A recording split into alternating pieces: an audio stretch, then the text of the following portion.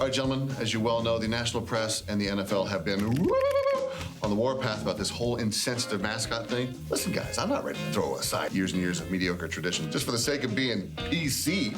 And plus our record on the field. I mean, we're not setting the world on fire, if you know what I mean. So unless you guys can come up with something better that's really going to impress me, get the headlines going, I ain't budging.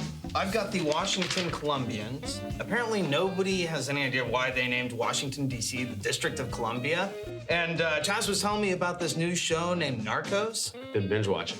And apparently it's really popular, so built-in fan base. Listen, I like the way you guys are thinking. I took the liberty of jotting down a little idea. What are we thinking about the Washington...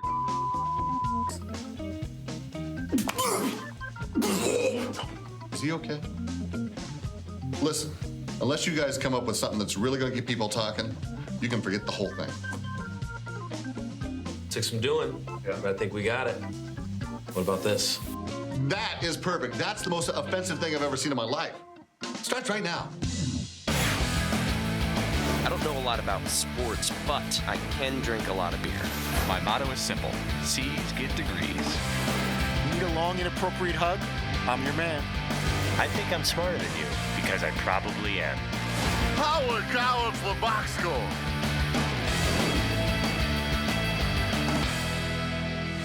Hello and welcome to the Box Score. I'm Brock in Los Angeles. They are the Danettes, and they have joined me all the way from Milford, Connecticut. Welcome back, guys. Hey, Brock. Hey, What's going on, man? Fritzy, have you missed Marina Del Rey? I have. They haven't missed my stories of when I lived here. They're more than done with hearing about every time we pass a street or a building. It's like, oh, that was a time that I did this. What a car there was. Now I start telling people, I'm like, oh, there's that deli that Fritzy used to go to. I know, I'm like, oh, there's that deli. McLovin and I drove in from the airport yesterday, and we made this turn, and all I could think was, that's a place that Fritzy said he walked downhill to go get his Chinese food. I did.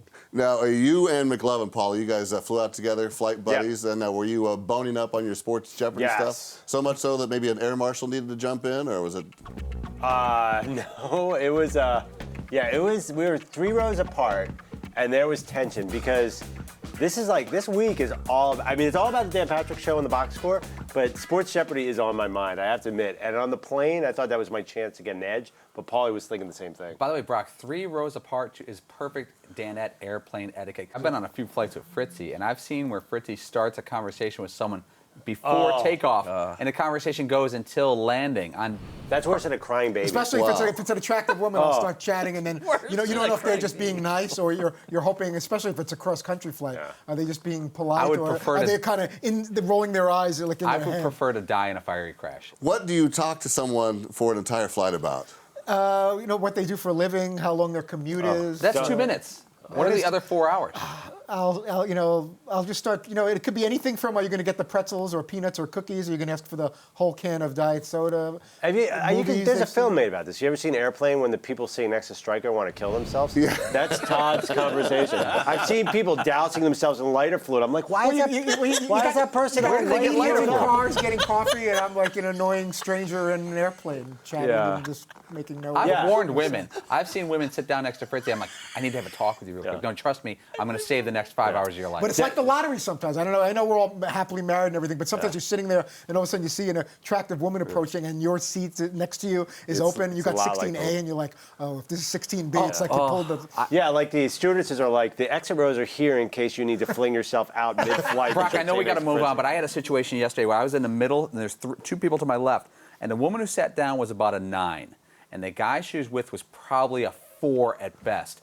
And all I could think of for the 6 hours was like, I want to ask her how he got her. And it's going to bother me for the rest of my life. Yeah. And I don't know how to start that conversation. I don't even know where you'd go with that. All right, well, to the guest today, Jim Parsons was in today. And apparently, Paulie, you and he have a beef. I mean, has that all been squashed? What is it? It wasn't a beef, but in all seriousness, Jim was nice enough to email. I tweeted out something. By the way, I knew Jim had a vulture Twitter account. Where he's got like a secret Twitter account. Yeah. And so I tweeted out this really nice New York Times article I read that was really powerful. And within minutes, he sends a note. He goes, wow. He goes, I was surprised you tweeted out that article. Or something to that, like he was surprised that I tweeted out that article. He goes, I read that too, and it really left a mark on me. And for a minute, I was like, wow, that's nice of him to contact me. Then I thought to myself, why would he be surprised that I tweeted that out? Do I come off as someone who reads the New York Post more than the New York Times? And I wasn't mad, but I was like, I think I was. What was the article about? Do you remember? It was about what happens to someone when they die and they have no relatives in New York City. It's going to win awards. It was like this long form piece, really in depth, really powerful.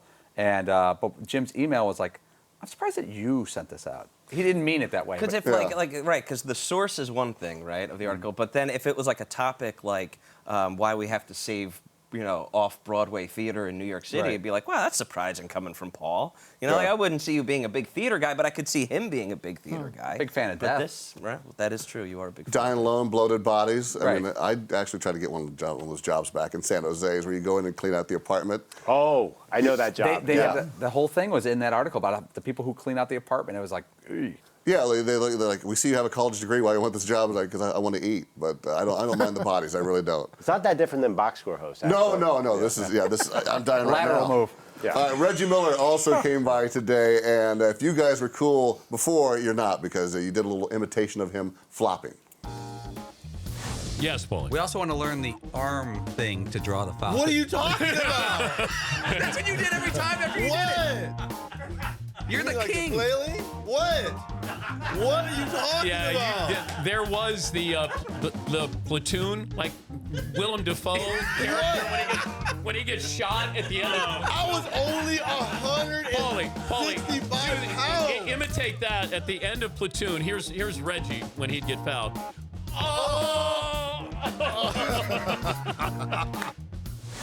That was a lot of fun. Reggie's such a good guest. The whole room just ramps up. He gets it. He feels like he's part of the show. He gets the jokes, where to go, what to do. But when I did the slap out Reggie with the ball in the air, we used to draw fouls, and you see him go like this, it was like a flashback to Reggie's entire career where he looks at the refs and goes, what? And he's just a perfect guest. Perfect. He is, and I think he maybe got a little fired up today because he had to take all this tension from you imitating him out on poor McLovin. Come on. I'm going to send you right into my deal. Oh, you want me to get off a shot? Yeah, here, I'll let you get off a shot. Go All right, where am I shooting to? Just shoot. Just, this is what I'm going to do. I'm going to let you go by. I'm going to let you go by. You're going to let me go by? Yeah, let you go by. All right, I'll pump it. Keep going.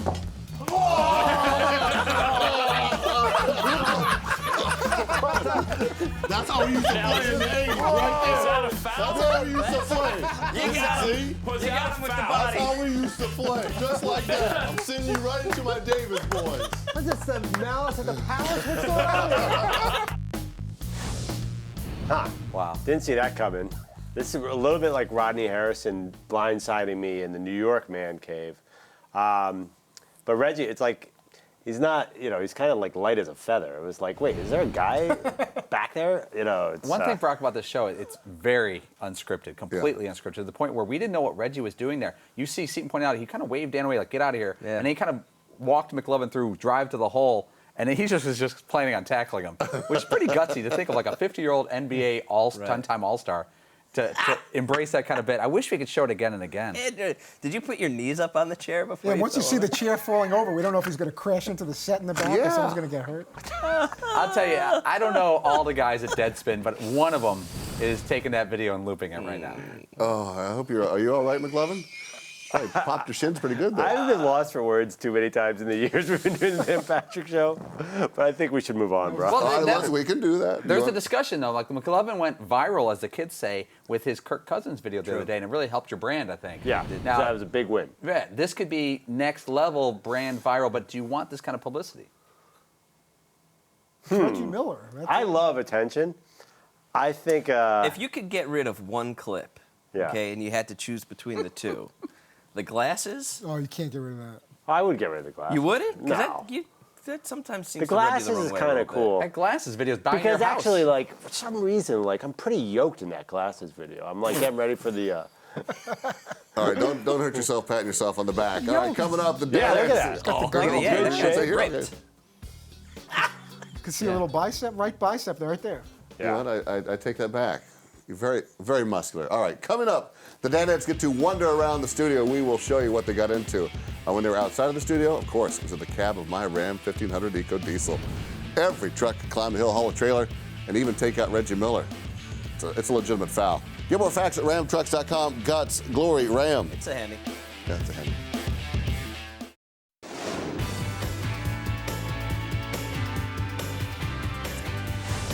Oh, welcome back to the Box Score. It is always good to have you guys out here, and there are benefits for you as well. You get to see what goes on behind the scenes, how we sort of make the sausage out here for the show. Paulie, what are some of the more interesting aspects of the studio that you've run into? I like, because they get to poke fun at us and have some fun with us sometimes. And the one tough thing is that we don't get to use them almost not as a prop, because that sounds demeaning, but everything's in play when you're producing a show. And now, if we were out here regularly, I think these guys and girls would be more in play. And so we did a look and we walked over and played with them, but we kind of want to make them as uncomfortable as we are during the day. So I think we did that with the camera. You did absolutely that. Let's take a look at when you guys wandered into the control room. Oh, look at the people in the front row. We got Bill Belichick right up front. Oh, look at and Andy, too. Oh, hey, guys. What is going on over there? Just doing some graphics work. Right. I don't trust anything going on in that corner. The I team has a report. Only 50% of the people in this room showered before they came in today. I could guarantee it. 50% shower? Yeah, I'm going to say right here, no shower right here. Right there's no shower. Yeah, he got the hat on. Yeah, hat equals no shower. Right Trey up front, that's right definitely there. a no shower guy. Bill Belichick did not shower. Yeah. So there's 3 right there. Right, easy. It's so interesting, that crew in the control room, because we interact with them every day, but never really get to see them. And there's always things throughout the show where you're like, wait a minute, why are they making fun of me? Oh, they're making fun of me again, or whatever. Like, wow, that's a really terrible picture. Like, why do they always use the terrible picture? And then all of a sudden you're right there with everybody, and you're like, oh, hey, what's up? Like, and then we start mimicking their job responsibilities, like take two, like even any of us could just go in there and do exactly what they've been training for several years to do. It's like ready, wipe, dissolve out, put Chiron, insert, and roll gold. throwing in all these technical director terms like we know what we're talking about. Go to McLovin on this one. McLovin, how hard was it to resist pushing all those buttons in front of you? Oh, I knew. I think the technical director was on my left, and he was not in a laughing mood. Like, I don't think he even wanted me to sit next to him. He gave me a look of death. Yeah. I had no idea that you were in there, by the way. I know. Like, when you turned around, I was like, whoa, that guy. What the hell's he doing? So I go back there, and I'm like, you guys start off looking over by Dan's desk talking about something else. I'm like, crud, they're not coming back here. So I'm just sitting here with my stupid headphones. And then I took them off and started walking out. Then I see you guys coming, and I run back and pretend I was there. Brock, I love the reaction from people who may not be working on the Dan Patrick Show, who just work in this studio, this office building. And I'll be running during the break. I'll run to the bathroom. I'll almost clear out some dude who's there. He had no idea who we are, or what we do for a living, probably. And I'm almost knocked him out of the bathroom. Yeah. He goes, "Oh, excuse me." I go, "Oh," and I was trying to explain that, hey, we're coming back from the bathroom in 10 seconds, but I didn't know who he was. So I don't know if it's like the VP of operations here, some big wig, or it's some guy who is like a security guard, because I just couldn't tell. So. Well, those control room people have to have discipline. I mean, they can't run off and sort of respond to nature every chance they get. So that inspired you guys to get a new prop for the man cave, a poop emoji hat, I believe. Yeah. Fritzy, is there concern that you're going to be the first one that made to wear this thing? I'm extremely concerned about that, because there's a lot of gastrointestinal humor that goes on around the show, given my medical background, and if that doesn't get to me right away, it'll get to me quickly enough. Why would you want to bring that into the mix, Eden? I couldn't see why you. Oh, because I saw it this weekend. Actually, my wife saw it, and she was just like, hey, you need this for the show. And as soon as I saw it, I was just like, you couldn't be more right. Somebody needs to wear that crappy headed mask. Pardon the pun. Is it a mask, or is it like a... No, it's a mask. Or I don't know. I mean... Is it like a soft serve It does thing? look like it looks like a soft serve serve thing. And there's been a big sort of battle on Twitter about whether or not that's chocolate ice cream or poop. And I'm firmly in the poop camp on that. But it just seemed like the perfect way to pay off losing a bet, where you just have to wear that thing. And regardless of who it is, it's a winner. Yeah, I think Although I did certainly have some people in mind who I'd like to see wearing it. It is funny, though, in our work that we have to get things for the show, and you'll send like an email, hey, we really need this poop headset tomorrow for the show. We have to email someone, and they have to spend their day working on it. Someone in this building is spending their day working on this. Well, I think that's a perfect segue into break. Maybe we take a natural break. All right, coming up, we're going to recap Week 8 in the FanDuel League. Broccolini. Yo.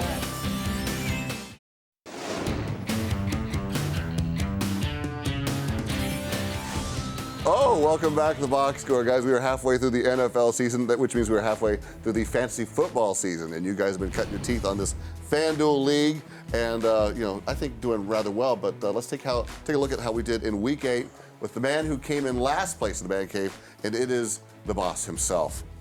He finished with 97 points and finished last for the 3rd time this year. Paulie, how much do these last place finishes upset the boss? You know, again, I look at his picks and I don't see bad picks. Yeah. They actually score bigs. Diggs from Minnesota, but then, man, he's got some bad Where did ones he get too. hurt this week?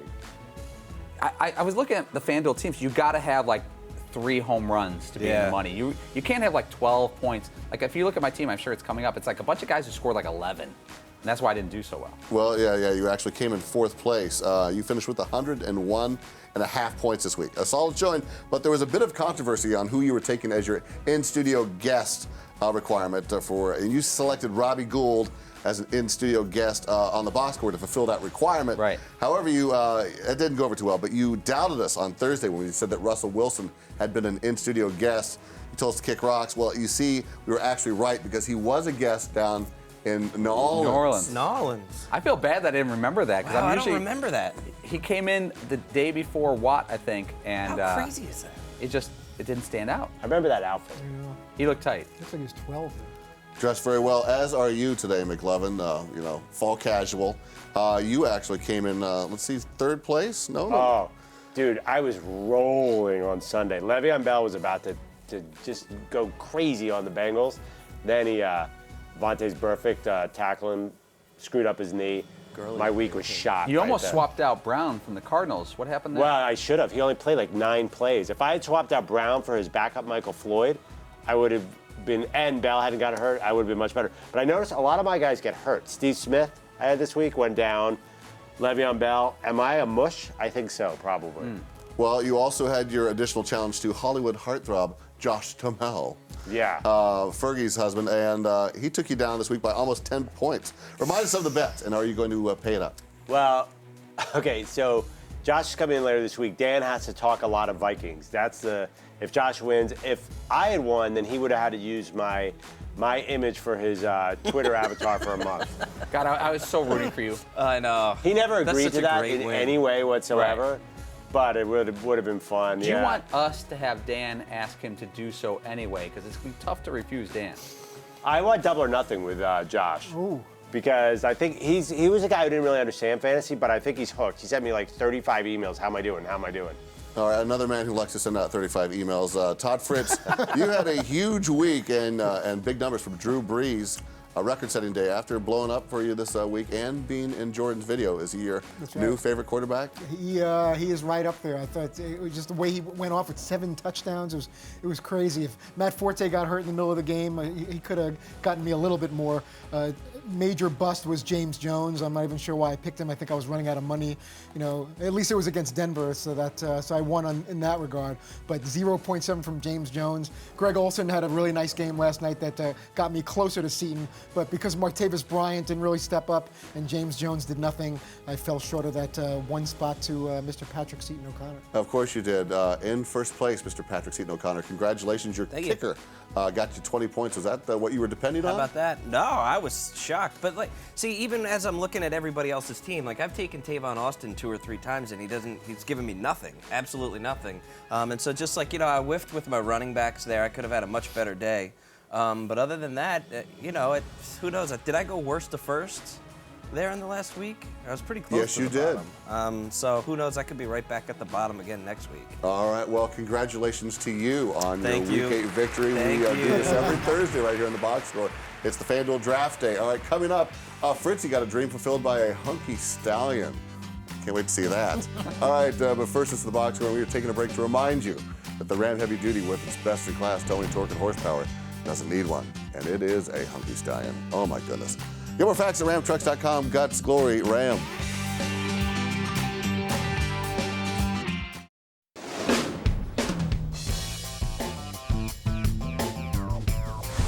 We are closing up shop here on the box score. You guys were graced by the presence of 2-time Super Bowl champion and former Bronco Terrell Davis.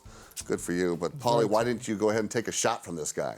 I didn't think Terrell. I got the feeling that he wasn't up for that type of thing when I walked with him into. I just don't think that was his thing. He's kind of a low-key guy, and I don't think he's. I think he also has knee injuries, and he doesn't. I think his playing career is over. And plus, I would have had Fritzy do it if we had the chance, because Fritzy, I know you have 2 hernias, but what a great way to get a third. We were discussing at one point during the show that I would try to tackle him. You already have 2 hernias. Wouldn't you like to have one delivered by TD? If I'm going to have a trio of hernias, I'd like to at least one of those 3 to be something Broncos related. Yeah. So that would have been cool, and we had discussed it. It didn't, it didn't pan out or come to fruition. One nice thing, though, I'm kind of proud of myself. When he was getting ready to leave the set, I grabbed him and made Fritzy take a quick picture with him, because I think sometimes you get in this mode where we've never had TD in studio, right? Maybe a long time. Maybe back in the old Super Bowl days, maybe. But for Fritzy, who really truly loves the Broncos, this may be it. Yeah. If we ever have Ricky Henderson in studio, I guarantee I'm going to pull him aside before, and not like I just think that we're still sports fans here. Yeah. We still love not our heroes, but the people we grew up watching. And you should grab a picture if you can, because it's kind of what this job is. 20 years from now, today it's not cool, but 20 years from now it'd be really cool if Fritzy has that picture. And I appreciate him doing that, because we all get so caught up in the moment and we're coordinating things, and one guest is leaving, another guest is coming in, and we're trying to stay on time, and we got things we got to print out or do for the show. And it didn't really even enter in my mind, because he had to go back to NFL Network, and so that was a cool moment to be able to get By the way, I don't need your help, Paulie, to get my idol Stephen Hawking. I can track him down. Yeah, like if Greenspan ever comes in, or Madge Thatcher. Is Thatcher still alive? I don't know. Checking. Who knows? The Lion Lady.